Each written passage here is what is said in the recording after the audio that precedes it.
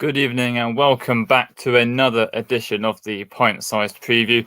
We've got another bumper studio this evening to go through the draw against Port Vale at home, the disappointing, let's say, defeat at Exeter on Boxing Day. And we're going to try and stay in good spirits to talk about tomorrow night's trip into the capital as we take on Leyton Orient. And so once again, we're going to waste no time in bringing in our guests for this evening. So let's start off with Harry. Evening, mate.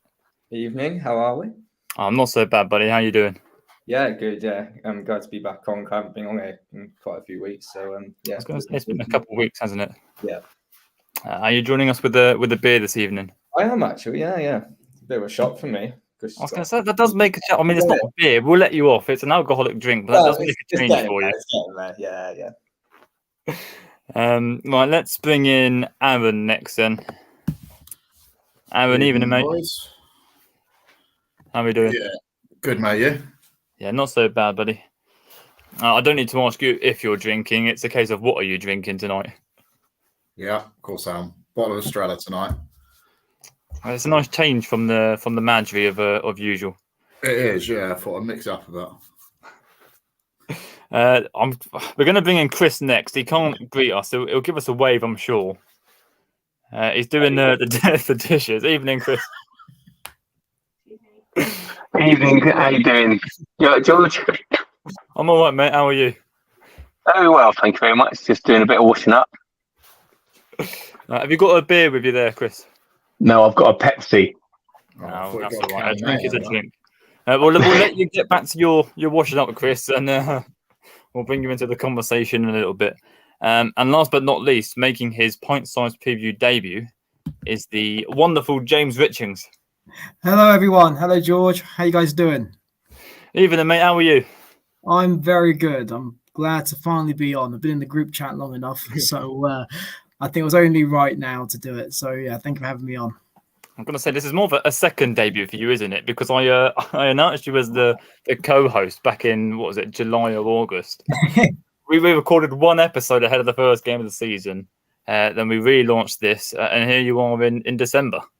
I know I've been out injured, so it's good to finally make my second appearance. So that's all good. And I do have a drink at hand. I actually don't drink, but I've got myself a little Schweppes for the occasion, and just for Chris, as we know we love it, I've got my good old Hellmann's as well, just in case he needs it. I was going to make the classic Hellman joke there, but I don't think anybody needs to hear that. You call it a little drink, James. I think that's smaller than little, isn't it? That is a. Well, I'm on my second one, so we'll call it an average size drink. Let's go for that. Let's do that. Not a pint-sized preview today. It's the average sized preview. Right, let's jump straight into it then, and we'll discuss the draw against Port Vale, which for large parts was actually quite positive. Let's start with you, Harry, because before we move on to the disappointment of Boxing Day, it seemed as though things might have been a turning point, I guess, against Port Vale. Wycombe controlled the game for large parts of it, looked comfortable at the back, promising going forward without, scoring too many. We sort of scored one, but again, it's the same issues that have been here all season, rearing their heads with the late equaliser. Yeah, and I thought, like you said, we were positive for quite a lot of that game. I thought Kieran Sidigo was brilliant when he was on the pitch as well and got a goal that I thought he deserved. I thought he created quite a lot in that first half in particular. But like you said, it's that problem we seem to have this season about conceding late goals. I mean, I did a bit of research before coming into this as well, because I did ask what most people are seeing now, and I wanted to just look into it a bit deeper. And I mean, the amount of goals we conceded just after like the 80th minute, even against stoppage time, is a bit bizarre, really. I mean, we've there's so many goals. I mean, Port Vale last week, and then you got Portsmouth, you got Charlton, Barnsley as well. Obviously, that's a bit of a different goal, but just all these goals have sort of led on to this poor form. It's a bit frustrating that we can't hold leads, especially last week. I thought Port Vale was so poor, and even their own fans, if you look at their own Twitter, they can't believe they got anything from it. So I thought that only real spark was James Wilson when he came on the pitch, and he hasn't played for several weeks. So, it was just disappointing, and it just seems to be the way that's happening at the minute. Does it make it even worse, Aaron, that Port Vale were so poor on the day? You know, Wycombe controlled the game. Does that add a little bit more insult to injury in that sense? Yeah, definitely. I think speaking to a few of my friends after the game, and we were saying they're probably if not the poorest, one of the two poorest teams we've seen at Adams Park this season. And 1-0 up, and I don't think that many people actually had that much confidence that we'd hold on and get 3 points. Don't quite know what it is with the late goals at the moment and the kind of lack of confidence, maybe. If lack of confidence in the fans, maybe lack of confidence in the players to holding on to it as well. And I've got to be careful what I ask you, James, so you don't get in trouble. But, you know, we've all seen it, obviously, from our different angles. You've got a slightly different angle or down at Adams Park. A really, really poor goal to concede. What did you make of it? In terms of the performance, I thought the performance was very good, and I think it's been one of Wycombe's better performances since this run started, to be honest. And I thought we were very hard done by not getting the 3 points. But in terms of the goal, it was just poorly defended. It really, really was. I mean, I know the goal eventually went to Ben Garrity because his header went over the line, but it was a good finish by James Wilson. And like Harry said, he was one of their best players, and he'd only been on the pitch for about 10 minutes or so. So I think when you're just on one of those runs, everything does seem to go against you. And I think if Wycombe had won that game, everything would have looked completely different. But, you know, it's just one of those things where Wycombe just need to see it out. And that's something that they just haven't been able to do in recent weeks. But I think it's easy to forget as well. Go back 7 days prior to that, we got the draw at Derby, where we looked really, really good. So I honestly don't know what's happening at the moment. People could say injuries, people could say tactics and all sorts, but there's something that's just not clicking at the moment. And the Port Vale game was, unfortunately, an example of that, where everything seemed to go right until right at the very end where we need it to go right. Let's bring in James, you were mentioning Hello, James. You were mentioning the Derby game, and I was talking to DJ about this before Saturday. And in many ways, I kind of saw Port Vale as being a much harder match than what Derby was and what it was going to be. And that's not to say that Port Vale are a better side or even anywhere near as good a side, because clearly they're not. But you go into that Derby match, and playing at such a stadium, it's almost kind of like a bit of a free hit. It's one of those games players are naturally always going to be up for. And you go into the game, and even if we'd lost, and we hadn't scored the equaliser late on, for most people that would have been a satisfactory result. Whereas Port Vale, the difference with that as a match was, unless we win, that isn't a good result. And the performance was fine. Performance was good enough to have won the match. But it was quite concerning, I think, from my part, just how un-Wycombe, and we've seen it in both games, we've now become, and we've looked.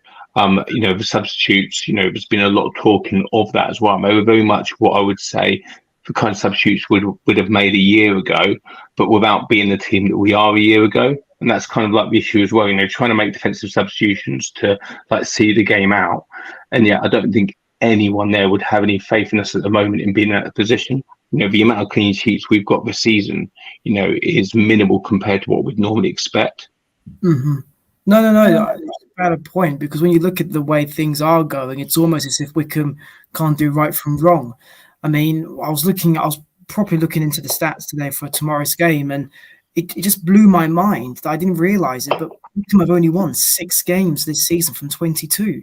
I know that sounds, everyone should know that, but it only just occurred to me thinking, oh wow, I didn't realise it was that that many, because when the run started, there were games where Wycombe played and they looked okay. Oxford, Peterborough, Cambridge, which people forget about, but that's part of this run. That was near the start.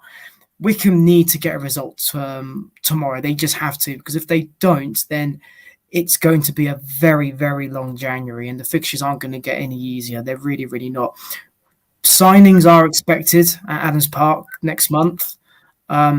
I can't tell you what positions they'll be in, but I do have a suspicion that there will be several new faces. But Wycombe need a result tomorrow against Leyton Orient, because if not, that's 12 without a win in the league, and that's Wycombe's worst run in the league since 2019, when they just stayed up. And I think Bloomfield needs. It's just not for the morale, not just for the morale, but for him himself, because he's never been under this sort of pressure in his managerial career before. Mm-hmm. Let's come to you, Harry, on that question then. Let's, for the argument's sake, say that Wycombe don't get a result tomorrow, they lose again. How ugly is it going to get on the socials, and how much pressure is Bloomfield going to be, not just on the fan base as we've seen already, but from within the club itself? Lots of pressure, and I think it can't get much uglier from a social media perspective. I don't think it has already got to that point where you'd probably say immediately after that game about 80% at least are saying they don't want him at the club. I'd probably say about that. I mean, I didn't see many people saying that they did. I'm neither for or against it at the minute, just purely based on the fact you don't know what will happen in the next couple of games. We've got some games that are winnable in the next, sort of 5. I mean, I think there's Cheltenham and you got Orient tomorrow, who, they've won 2 in their last 3, but haven't really been that great overall this season. But you say winnable games, and then you don't know what is a winnable game at the minute. So it's just a bit all up in the air. And I mean, already what we've said in this show so many times in the first, about 10 minutes of doing this, just sort of like ifs and maybes, and you just don't really know. You don't really know how it's going to unfold. I mean, there's so much pressure on him at the minute. But I think one thing as well, it's been said a lot, the lack of experience he's got. But the one place he has got experience with is that Colchester side, who were poor as well. And they didn't really move position, but he did improve them somewhat. So I think in that aspect, he has got a bit of experience in terms of changing fortunes of a team. But it does need to start happening sooner rather than later. And Harry mentioned there the Bloomfield's time at Chesterfield when he came in before Christmas. Okay. They were on a really poor run of form, weren't they? And he went into the January window really strengthened and started picking up results, didn't he? Do you see a scenario where if he's given time, he makes those signings and Wycombe gradually begin to improve? Or is this just the level that we are now when we're sort of bracing ourselves for a relegation scrap? I think the difficult thing is with new signings is we've already got, we've made 12, 14 signings this season. If we go and make another 3, they're going to probably take most of January if they sign early on to gel. At that point, you're looking at February. The fixtures in February are a hell of a lot tougher than they are now, and we're already kind of in a bit of a shit state at the moment. I don't want to say he's not the manager for it, because I think we've seen at points this season he can do the job. We've put in some good performances, some decent results, but I don't know what's going wrong at the moment. I just don't see what's going to change over the next couple of weeks, and even with a few new players, unless you're going to bring in real standout players who are going to sort of take hold of games and make something happen, I don't see what changes over the next month or so. Mm-hmm. James Barker, sorry, go on, Mike. I was just going to say, well, he needs time to really implement what he wants. And I know people may say, "Oh, well, he's had time. He's been there since February." That's not really a lot of time. It really isn't. I mean, we shouldn't really make comparisons because it's a different stage. But when you do look at Gareth Ainsworth, it took him a good few years for him to start to get the ball moving, and that's led to where Wycombe are now. When you really look at it, and you need that time, you need that longevity. People forget as well, he's not long signed a new contract extension, so that obviously plays a bit part. And I'm being a reporter, obviously you've got to be pro club, which is obviously what I am, and I'm always going to be backing the manager whatever happens. But at this moment in time, he needs support from everyone, and I won't lie to you, seeing everything on social media on Boxing Day was a lot. Just seeing it, even I was getting DMs about it, and I wasn't even at the game, so it was getting quite heated in that sense. So the one thing that is for sure is that the players are all together. That is a certainty. When you've got leaders in that team like Jack Grimmer, as we all saw with his interview, I think it was after the Morecambe game in the Cup, where Wycombe were appalling. Let's just not beat around the bush. They were atrocious. He said it how it is. You've got someone like Joe Jacobson, who's been there now for nearly 10 years. You've got other leaders in that team who have been there and done it. They're going to try and inspire the younger players who are there on loan for the season. And let's be real, they're not going to be there next season. Freddie Potts looks like an absolute baller. He's not going to be in League One next season. You've got Dale Taylor, he's not going to be at Wycombe next season. Killian Phillips, Harry Boys, they're not going to go. So they're trying to inspire these players to say, look, you're here in League One. We're in a bit of a scrap. You really need to fight. And we've slowly have seen that, but it just needs to happen more consistently. So Bloomfield does need time, because when things have gone Wycombe's way this season, we've looked really, really good. I mean, the Peterborough game was one of Wycombe's best performances of the season, and Wycombe didn't even win. You know, and on another day, Wycombe could have won that. And Wycombe were very close to getting a point against Portsmouth, and they've been flying. Very close to getting the win against Oxford for what was a terrible refereeing decision. So there have been moments there with the same squad of players. That's what I think people are forgetting. We're just on a bad run. But runs don't last forever. And I honestly believe that once Wycombe do get that win, whenever it may come tomorrow, it may come against Bristol Rovers, things will improve because they have to. And players are coming back from injury, and players will be signed in January. We mentioned the sort of the injury argument, Chris. I mean, most of the players who were injured at the start of this run are now back fit. Obviously, we're still missing the big names such as Brandon Hannon and Freddie Potts. Whilst I don't think it's fair to blame the injury list any longer, is there anything else that we can put it down to? Or is it, I mean, you know, is Freddie Potts and Hannon that big a miss? I mean, they definitely are a miss. You know, I think there's some stats which went on social media yesterday to show the difference between Potts, you know, and when he's in and when he isn't, and what a difference it makes to the team. It shouldn't be that much of an issue. And I think it is the management's job to make sure that when players are missing, because it is part of the game, and you do construct a squad at the beginning of a season with injuries in mind, and having systems, having other players who can come and adapt, you know, when you have players out, and it is their responsibility to make sure that you are able to do that. And that is something that we haven't got at the moment. I remember back to the championship season when we were there, and we had a period where we had, I think it was Thompson was out and Gate was out, and we had no midfield, and Darryl Horgan had to play centre midfield for a couple of games, who was probably the most un-centre midfield kind of player that you'd expect to have, and yet was able to fit that role really well, given the instructions that he was given and the way in which he was like expected to play. And I think that's one of the things at the moment. We don't seem to have a system that is suiting the players that we've currently got available. And I think that's something they do need to resolve as well, because actually I think if you're just saying it's down to Freddie Potts, then that's just too simplistic, because there's no guarantees when he'll be back and how long he'll be back for. And, you know, you've got to find other systems. That I think is, you know, the responsibility of the management. Let's talk about individual tactics and following on from that, Harry. Four at the back seemed to work against Derby and Port Vale. Once we shifted to the five at the back at home, we conceded and drew the game. Again, starting up with a five at the back at Exeter, outplayed really by one of the poorest teams in the division. Is it time for Bloomfield to sort of, you know, swallow that pride, and he's got to start doing what's right, hasn't he? Yeah, it's difficult because we get a lot of people saying five at the back doesn't work, but there's so many examples where it does as well for certain teams. You know, everyone can sort of sit here and say about tactics. Obviously, not everyone is qualified to talk about tactics, but you can still have an opinion on it. It's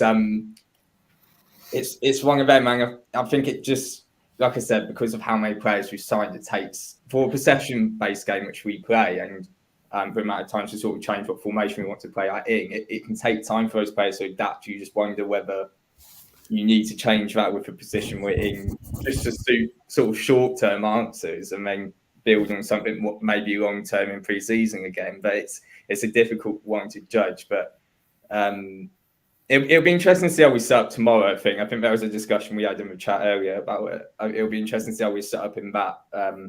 But it's just difficult for Bloomfield to see what his best formational players are at the minute.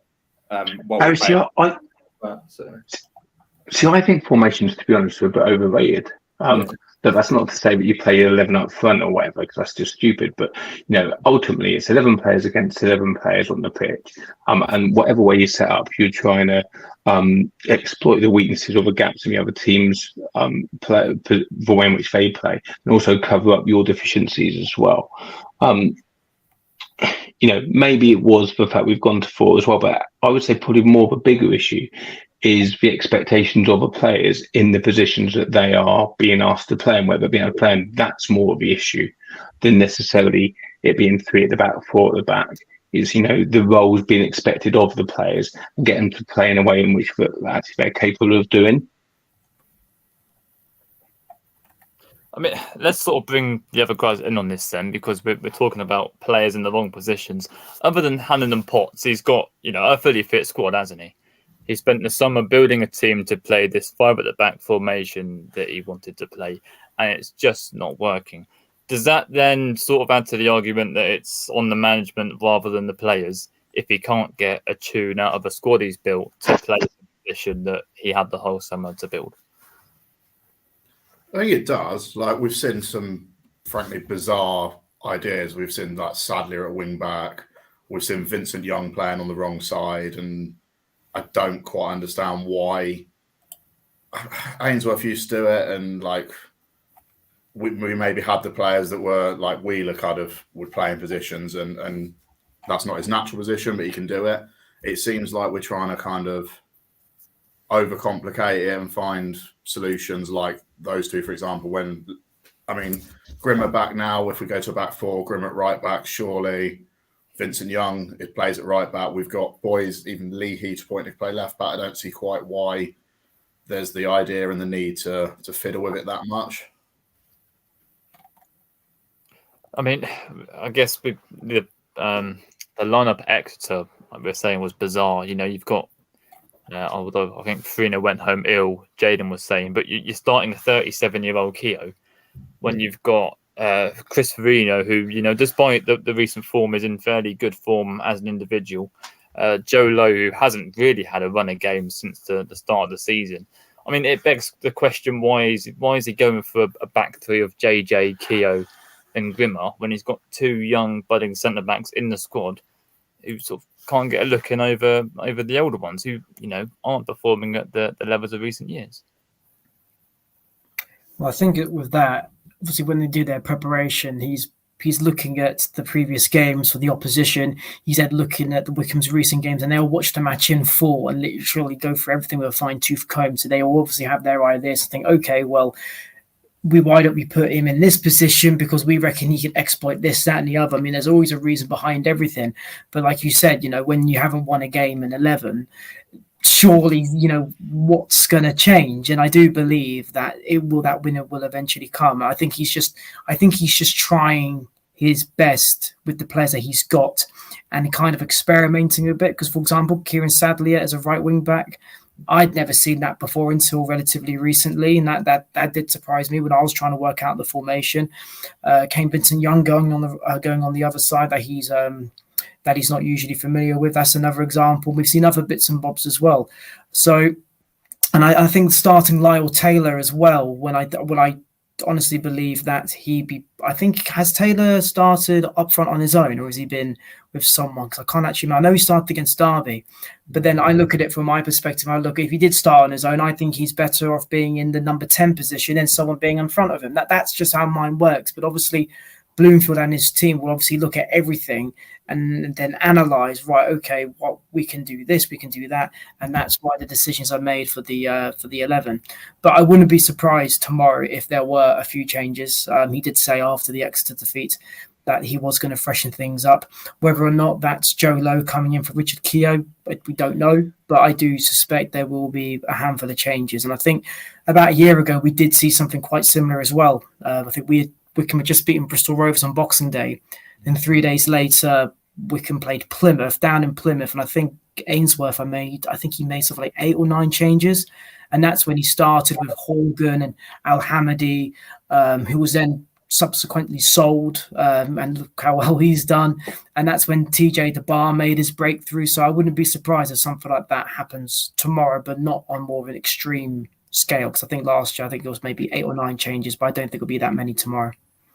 I really don't see the defence as being the issue on Tuesday. I know a lot was made up of Grimmer, JJ, and Keogh playing at the back, and largely because of our age as well. But actually, from a defensive perspective, particularly in the first half, we were okay.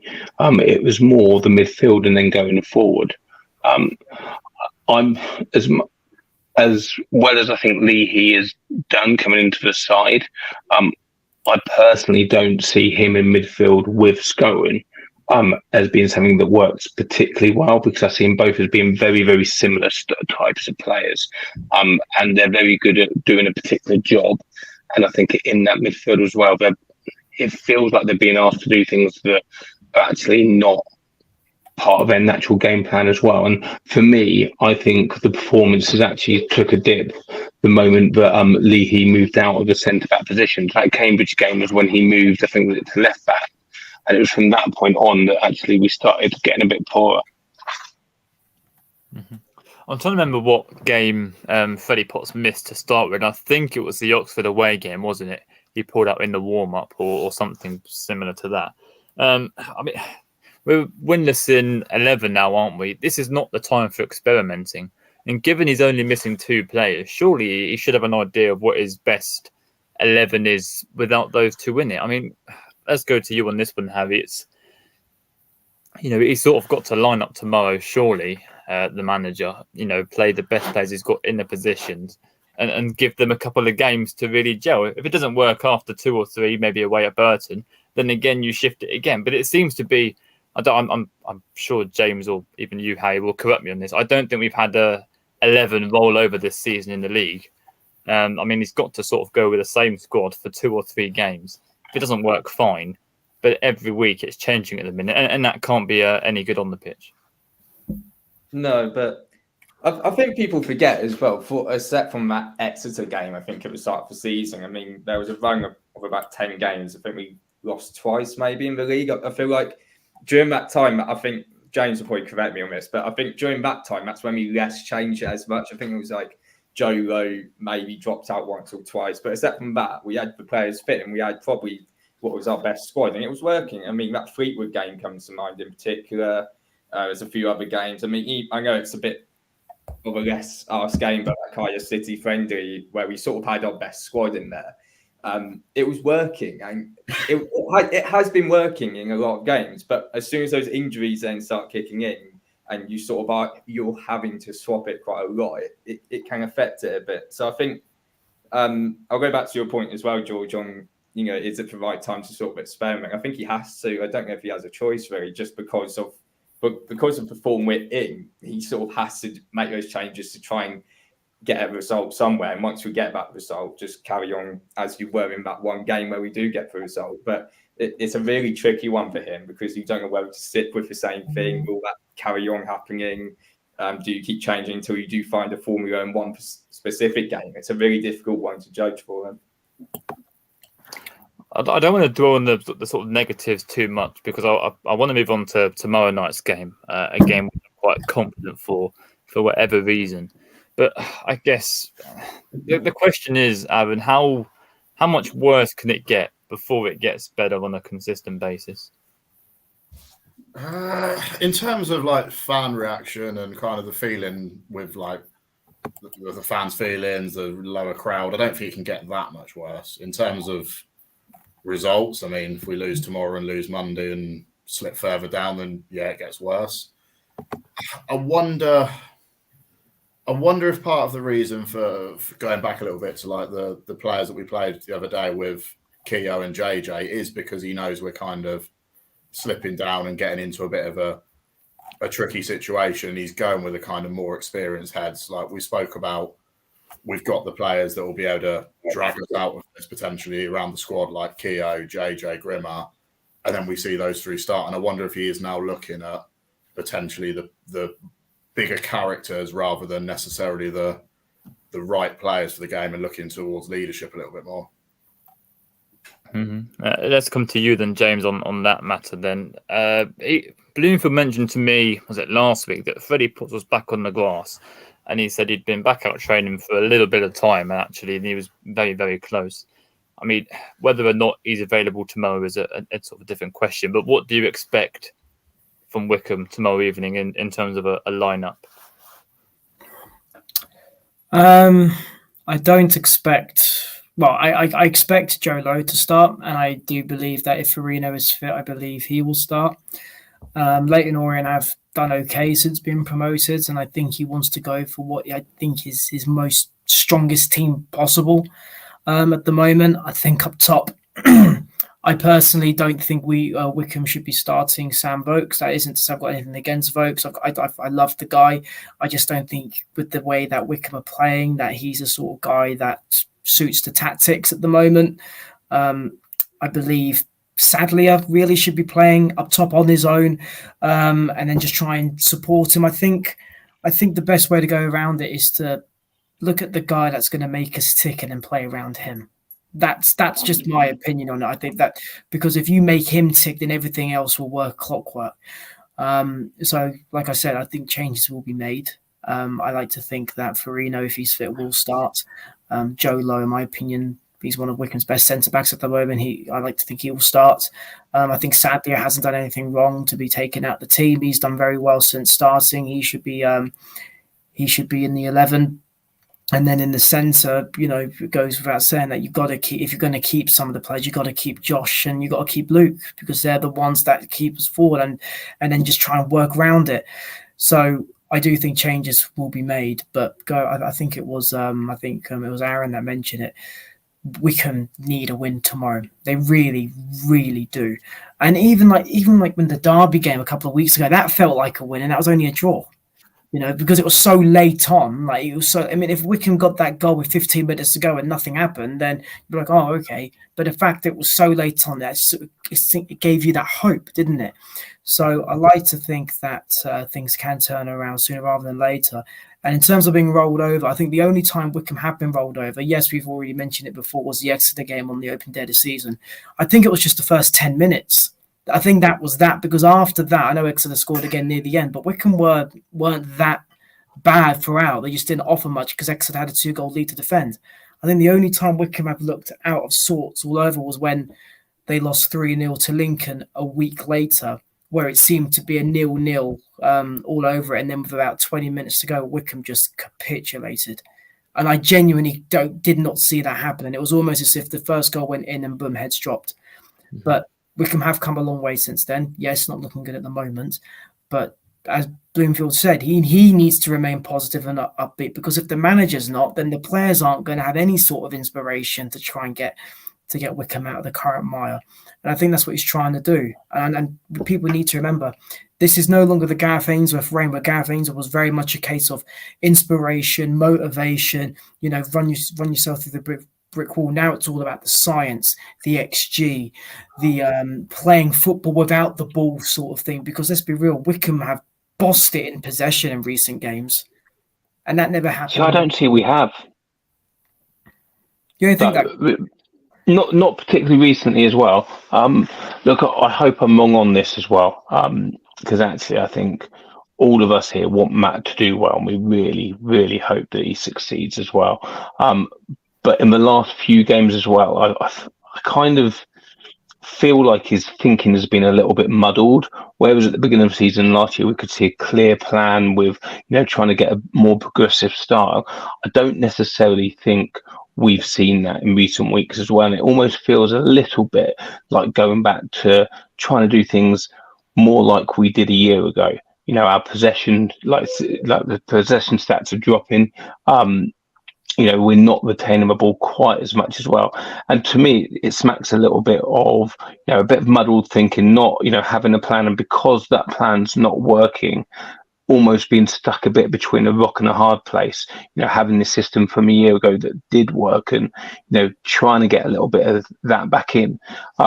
Tuesday, it was really hard to see in that performance actually what the plan was and how we were looking to break them down as well. And if it was through a possession style, it really wasn't evident to me on Tuesday. Mm-hmm. I mean, I sort of take both those points, and I guess what James is saying is that the stats and the numbers suggest that Wycombe are actually on top in most of their games. And I've got to say, when you look at the numbers, we haven't conceded 2 in a league game since the Reading loss at the end of October. Every other game has been a 1-0 defeat or the draw against Derby, other than the cup games, which are irrelevant on the league run. But actually, Wycombe have, they've been in games, not conceding too many, but also not scoring either. But I think you have to consider the match situation. What was that? I think you have to consider the match situation as well. Generally speaking, when we're say Stevenage, for example, where we had more of the possession of the ball because they had taken the lead as well. It's only natural that then you're going to expect the team chasing the game to have more of the ball as well. And actually, sometimes it's what you do with it as well. So I think, there is a little bit of that. We certainly, I don't think, look as defensively rigid as what we once did, as we were as well. And again, yes, you're right, we've been in games as well. But then I also think if you look at a lot of those games, and I think more of our issue probably has been at home than away from home. Actually, I think we are at the moment a stronger team away, which is actually why Exeter, I think, bothered me so much as well. And where we've really struggled, I think, is teams looking to play a low block, and not creating this, giving us the spaces to move into as well. And we've really struggled to find a way to break those down as well. So I think that's where, suddenly you'll see the possession being a little bit higher as well. And we certainly saw that at Port Vale. Although, again, I thought Port Vale was a fine performance. Mm-hmm. I mean, I can't remember in my I've been going to Wycombe regularly for a good few years now. It's coming up 10 years. But I don't think I've seen a strike force this sort of timid and lacking potency. I mean, I go into games thinking we might nick a goal, but actually there's no confidence in our forward play at all. But I think what we're trying to say is that the Exeter defeat was so different to the other performances. Well, Wycombe were totally outplayed by a team really who have offered nothing for the best part of 3 months. Absolutely, dominated on the ball, off the ball, bullied. And I think let's come to you, Harry. With all that, put together, Blues is going to go into tomorrow night wanting a huge reaction. It's almost New Year's, a big crowd in London. I think a lot of the away days recently have been sort of smaller crowds going quite a distance, but a big away crowd, a big weekend for football. This might just be the game where Wycombe can sort of turn their fortunes around. Yeah, it'd be huge if we got results right. It's great to see how many people are still getting behind us, by the way, considering the form. I mean, I think is it over 600, something like that now that we sold for tomorrow, which is, big numbers for the form we're in, because obviously the home attendance has gone down quite a lot. It would be a massive result. And, it doesn't really matter who it's against at the minute. You take a result against anyone. It's just sort of getting it back into the boys that they can win a game. I think there's a thing as well. When you lose that many games, it can sometimes be in the back of your mind. Okay, are we ever going to win a game? Just to get that win and to give them a bit more confidence. I think that's a big thing, and it's important going into the new year. It'll be good just to finish it off on that note going into the new year, and hopefully start getting some sort of form. But yeah, it's a huge game tomorrow. We need to get something, I feel, at least a point. But obviously, the aim is all 3. So I think when you look at the stats as well, I mean, like, for example, you look at a team like when Reading came here. Reading hadn't won away at home in over a year, and they come to Wycombe and they win. Exeter hadn't won in 3.5 months. They beat Wycombe to get that win.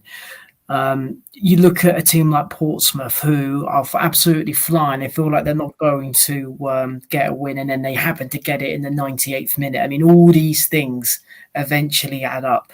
And obviously, they're all negative, but then you have to look at the positives with that. You can't have the rough about the smooth. And there have been times that Wycombe have absolutely bossed games, got the wins, and it's all looked good.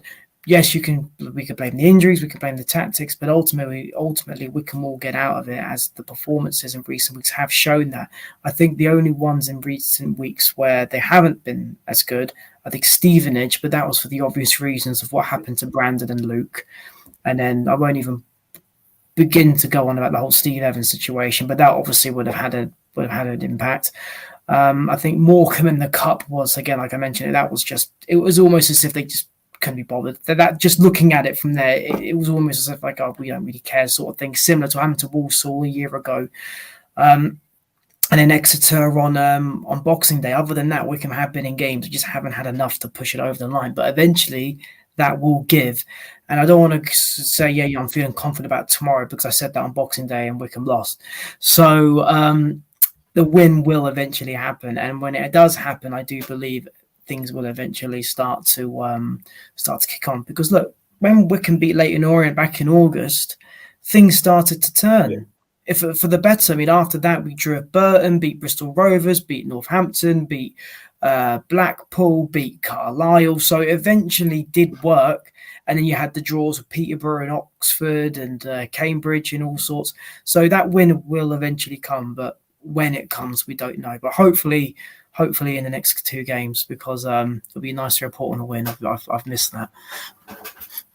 You mentioned the performances on the pitch, James, and then I guess the stats and the facts that come with those defeats as well. Is there a major psychological factor at play here as well, based on the actual, when you look into the losses and the storylines behind them? Is that playing on their mind as well as sort of just poor performances in general? I genuinely don't know, because I don't think players maybe look into that. The players will just probably focus on the performance at hand and just base it on that.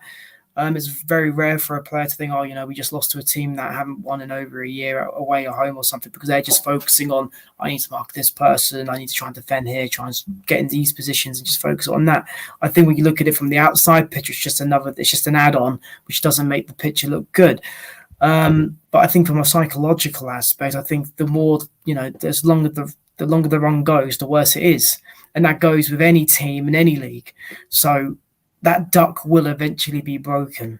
And I would love it more like you guys to end the year on a high. Because let's be real, this has been a very unique year for Wycombe. I feel like we say that every year, but it's been over a decade since a managerial change. And I think that really did shake things up because nobody was expecting it. So these things do take time. And as we've seen with some of the other teams in the EFL, when they've had a manager there for at least 2 to 3 years, which I know now is very much a rarity, but when they have had a manager there for that amount of time, things do tend to work. And it's no surprise that when Gareth Ainsworth was there, he was able to achieve playoff finals, promotions, because he had the longevity, he was given time, and he was able to build something that he knew he had a vision for. Matt Bloomfield, I can tell you right now, has a vision of where he wants to take Wycombe and how he wants Wycombe to play. He's just having a few more teething problems than we all expected, but it will eventually happen. He's just signed a new contract, so he's not going to go anywhere that I know of. He's very much going to be at the club for the long haul. And I think people forget as well. I saw some of the comments on social media on Boxing Day that were just abhorrent. And don't get me wrong, everyone's entitled to their opinion. I'm not saying you shouldn't be saying that, because if people want to say it, they can do. It's a free country. But this is a bloke who's literally given 20 years of his life to Wycombe Wanderers. He was there at Torquay when the club nearly went down. He was with the club when they nearly went bust. He was part of the promotion teams. He was part of the side that was relegated under Tony Adams. He's been there and he's done it. And if there's a man that deserves respect because he's earned it, it's him. His name is Mr. Wycombe. And for the amount of, don't get me wrong, no one is immune to criticism. Everyone should be criticised. And sometimes that could be a good thing. But the amount of abuse he's been getting, I think some of it has been somewhat unjustified, because it's almost as if we're forgetting that this isn't a stranger that's walked into Wycombe. This is someone that's been at the club for a long, long time, and he knows the DNA. I think Aaron James has sort of hit it on the head there. He's just signed a new 3-year deal.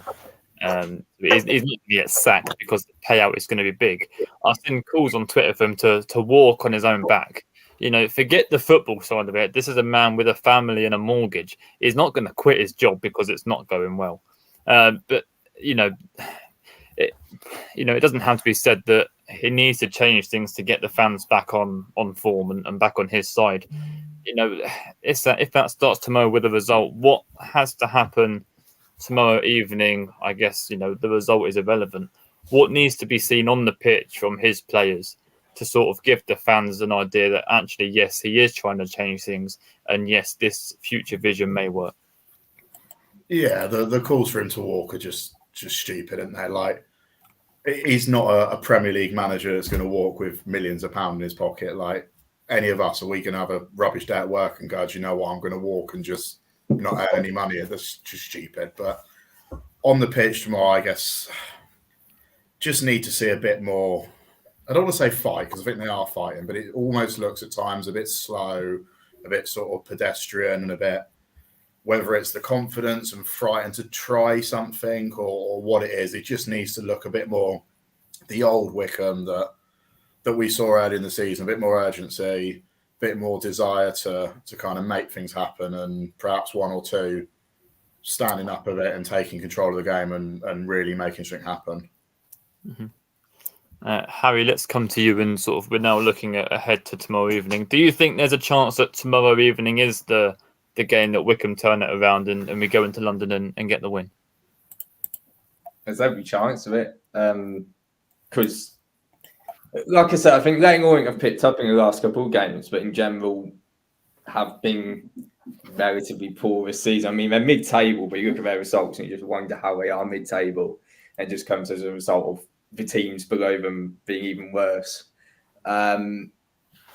It's one of those where it could be, and yeah, we'll see. It's so difficult to judge, isn't it? Because we have these good performances, and there's so many times where we say, on another day it's 3 points, or eventually it's coming, but you just don't know when it is going to happen. But as long as we're putting another good performance, who knows? We could see 3 points, and hopefully.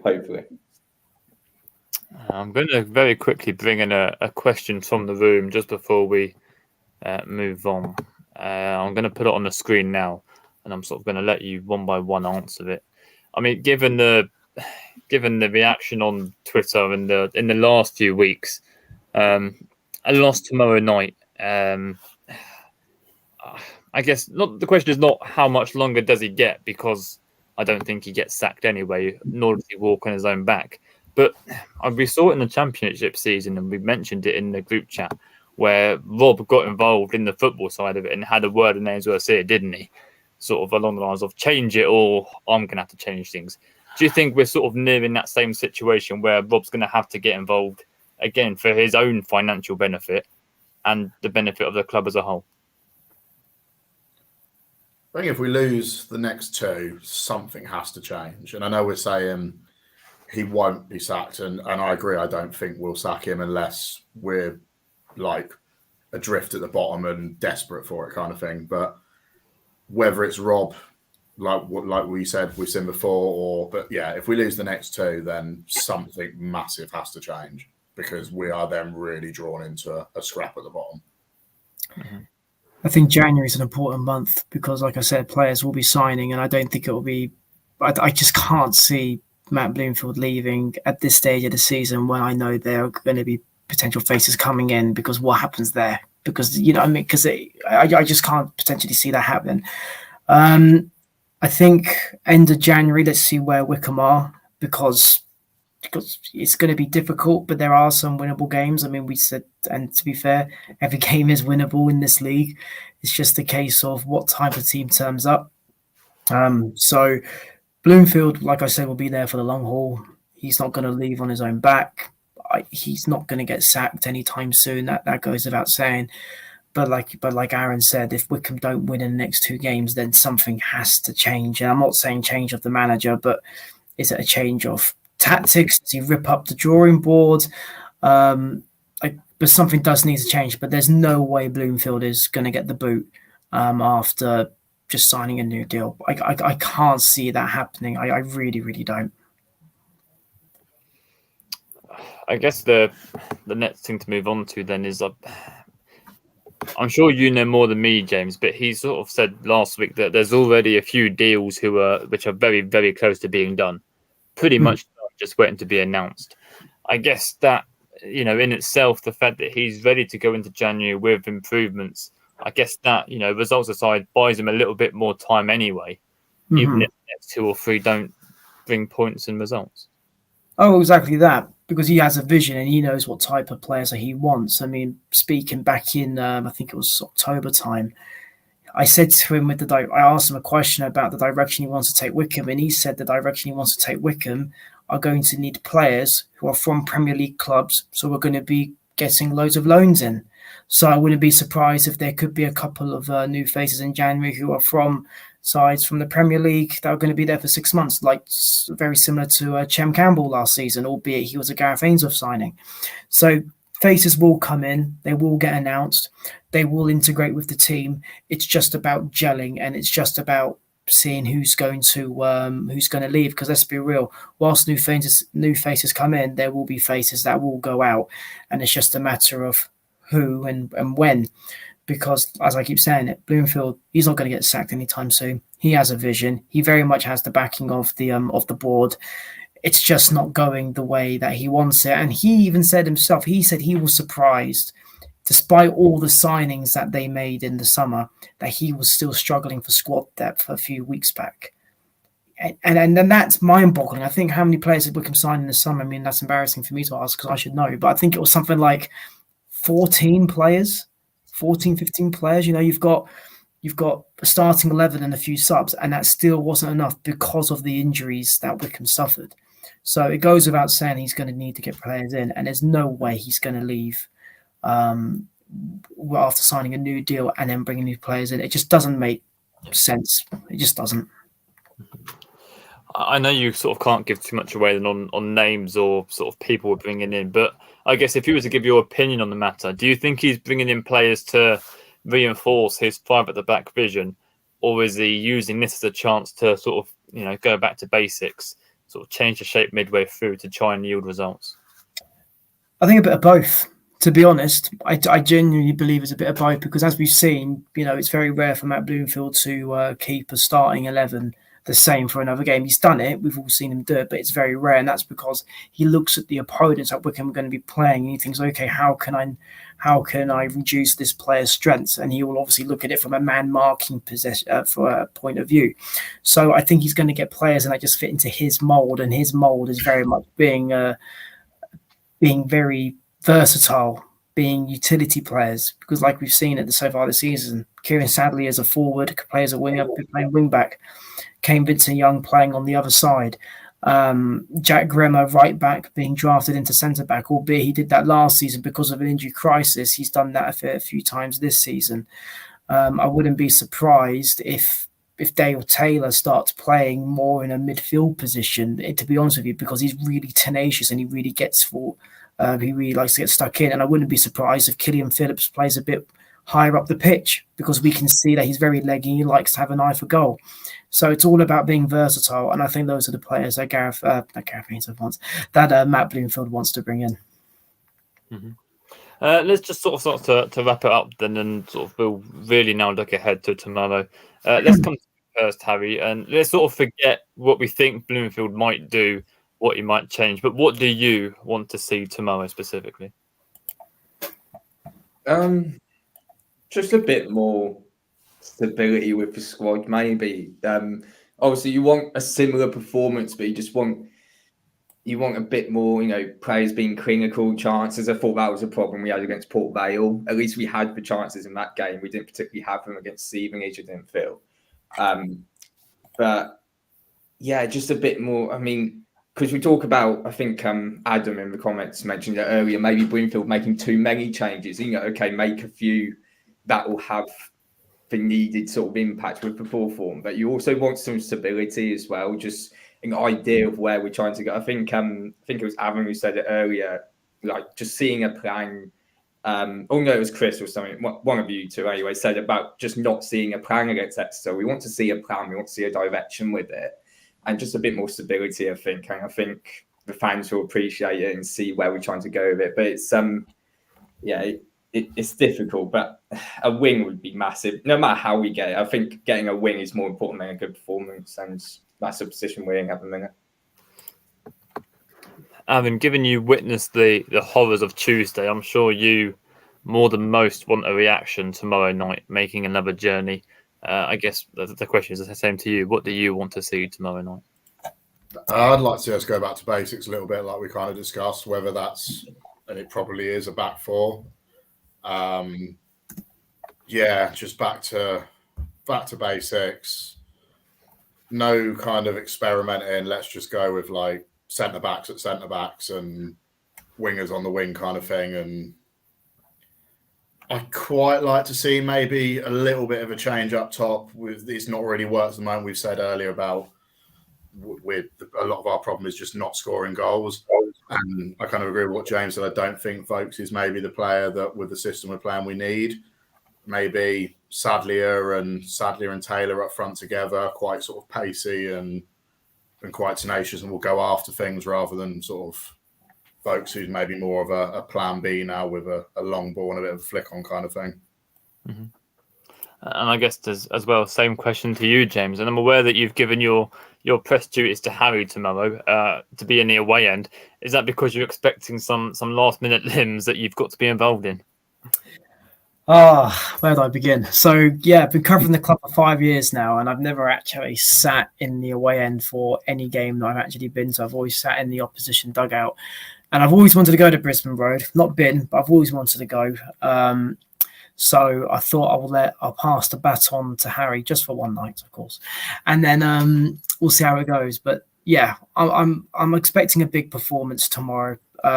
Result. Yes, a win is needed. It massively is needed, but a performance is important as well. And we saw that with Port Vale. Wickham deserved to win that. I don't know how Port Vale got an equaliser right at the very end. They offered nothing, and that feels like a defeat more than anything. But the performances are there, and they just need to turn that into a result. And hopefully that will come tomorrow. And if it does come tomorrow, then you'll see me throw my arms in the air, very much enjoying the occasion. Because it's very rare. I can't do that in the press area. I did break that rule against Derby a few weeks back, and I did get a few stares. So it'd be nice to do it with the fans. I was going to say, I'm not sure how you do it, because I lost my call at Charlton away when Freddie Potts slammed in that equaliser. I sort of gave a big fist bump. So I'm not sure how you do it week in, week out when we're scoring and winning. So let's just under an hour recording now. Again, really enjoyable. But let's wrap it up how we always do and go for some predictions. So let's come to you first, Harry. 1-0 win. You gotta be confident. Okay, yeah. Let's go to you, Aaron. I wasn't as confident earlier. I was in the group chat and I was saying lose, but I'm going to go a 1-1 draw. I don't see us going there and battering them or sort of free scoring, but I don't see us maybe keeping a clean sheet at the moment. Just the confidence. So yeah, 1-1. Mm-hmm. And your thoughts as well, James? I'm going to be so boring here, but I reckon it's going to be a 0-0. I reckon it's going to be a 0-0, but I'm going to look at it as a positive. Whilst it won't necessarily be a win, I'll think good defensive display, signs of improvement, and then you can take that into Bristol Rovers on New Year's Day. Because I know we're talking about the bad run that Wickham have been on. Wickham haven't won at home since September in the league, and their next game is in January. So let's just put that into perspective, because a win is very, very much needed. Away from home, it's always a free hit because you're not expected to win. But at home, that's where your money is. So if we get a 0-0 draw, any draw at Leyton Orient, it could be seen as a good thing. But then take that into Bristol Rovers, and they have got a new manager now, haven't they? I know they sacked Barton a while ago, but Matt Taylor, yes. Matt Taylor. There we go. So Wickham. Let's holding it back for a good result against Bristol Rovers as well. I'm going to sit with Harry on this one, and I'm going for a win. I'm confident. It's New Year's, a big day out in London, a fairly big crowd compared to what we've been used to this season away from home. Let's have a good day out in London, and let's go for a 2-1 Wickham win with a late winner, I'm hoping for. And I think that just about does it as we tick over the hour mark. So thank you very much to Harry, Aaron, and as well James on his debut. Thank you very much for keeping me company this evening. Thanks as well to Chris, who joined us momentarily at the start there as well. I guess also to say a safe journey into London if you're making the trip to Brisbane Road tomorrow night. I hope much of you there on our pub crawl through the capital as possible. We're also planning an impromptu live stream from across London tomorrow night. So we'll see how well that goes, depending on everyone's sort of drink status. George, you got to bring the mayo with you when you go on that live blog. When you do it live as Stripline, you just got to have the mayo with you. No context, just whip it out, mate. I was going to say, I'm gagging to get a prediction bite so we can give Chris the mayo themed forfeits on the preview. It won't be forfeit. He'll love it. He'll just eat it. I was going to say, it's not much of a forfeit, is it? I mean, we showed a video of the guy sticking his head in a massive bucket, and Chris said it's heaven. So I'm not sure any mayo themed forfeit is a bad thing for him.